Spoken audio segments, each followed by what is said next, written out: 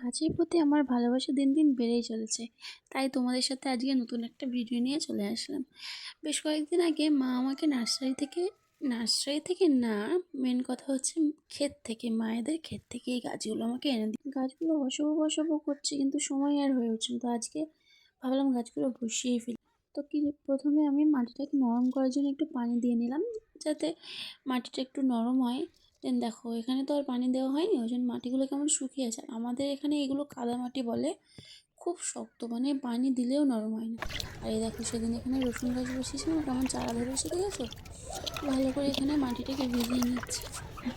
ভিজিয়ে নেওয়ার পর তো কিছুটা মাটি আলাদা করে তুলে নিচ্ছি এবং বারবার পানি দিয়ে সেটাকে ভিজাচ্ছি আর তুলছি, যাতে মাটিটাও নরম হয় এবং গাছটা তারপর আমি একটা করে গাছগুলো বসিয়ে দিলাম।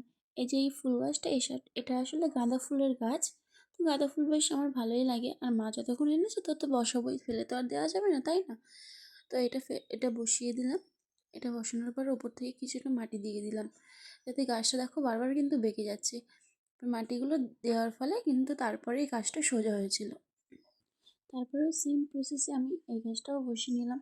ভালো করে মাটিটাকে ভিজিয়ে, মাটিটা কিছুটা গর্ত করে তারপরে এই গাছটা বসিয়ে নিলাম। অ্যান্ড ফাইনালি আমার গাছ লাগানো কিন্তু কমপ্লিট হয়ে গেছে। শুধু এগুলোই না, নিচেও কিন্তু আমার অনেক গাছ আছে, ড্রাগন গাছ, লেবু গাছ, তারপরে মটরশুঁটি গাছ আমি ছাদেই বসিয়েছি। আর দেখো, গাছগুলো এবার আমি এক সাইডে রেখে দিচ্ছি। আর সবাই জানিও আমাকে কেমন লাগছে, আর কাদের কাদের গাছ পছন্দ সবাই কিন্তু কমেন্ট করো।